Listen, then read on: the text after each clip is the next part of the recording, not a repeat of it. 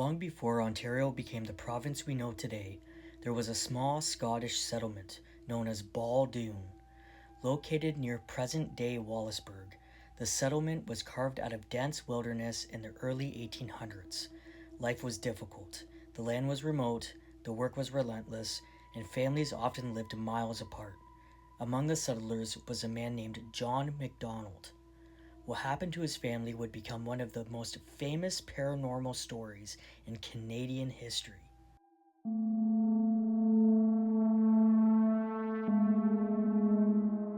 According to historical accounts recorded throughout the 19th century, the strange activity began shortly after the MacDonalds settled on their property. At first, the disturbances seemed minor. Unexplained knocking sounds echoed through the house during the night. Family members reported hearing footsteps moving across floors when no one else was awake. Objects appeared in places where they had not been left. Then, things became harder to ignore. The family claimed stones began striking the house, not just occasionally, repeatedly, day after day. Witnesses described rocks hitting the walls and roof with enough force to alarm everyone inside. Yet when people rushed outside to find the source, nobody was there. The disturbances continued. Items inside the home reportedly moved on their own. Household objects were thrown across rooms, and furniture shifted positions without explanation. Then came reports of fires. Small blazes allegedly broke out in different areas of the home. They appeared suddenly and often extinguished just as mysteriously. As word spread, neighbors came to see the phenomenon for themselves. Some arrived expecting to expose a prank. Others came convinced something supernatural was at work. But regardless of what they believed beforehand, the stories continued to spread throughout the region. Soon, the strange events at Baldoon were being discussed far beyond the settlement itself.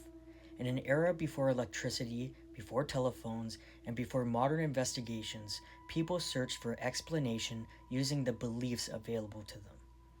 Many residents became convinced that the property had been cursed. Local stories pointed towards a woman accused of practicing witchcraft.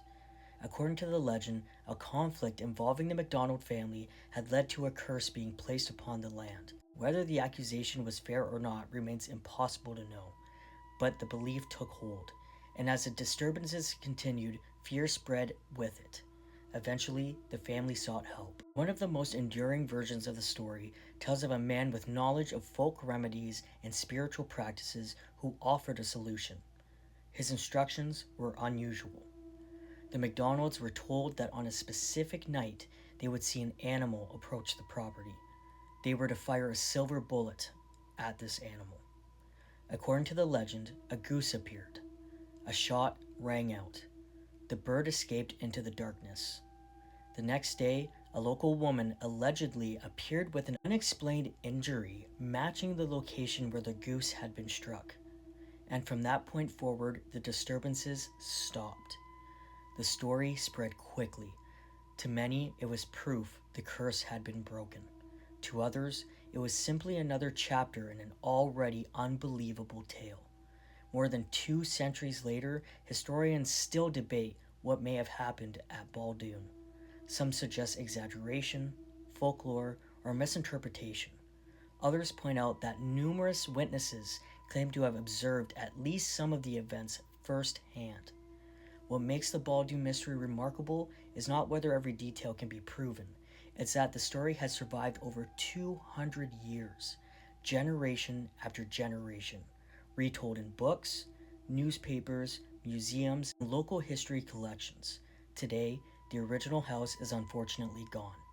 The settlement has changed, and the people who witnessed the events are long deceased.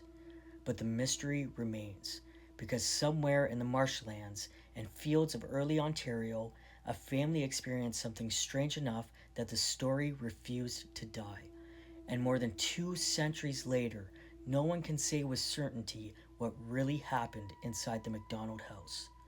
My name is Jackson, and you're watching Northern Horrors.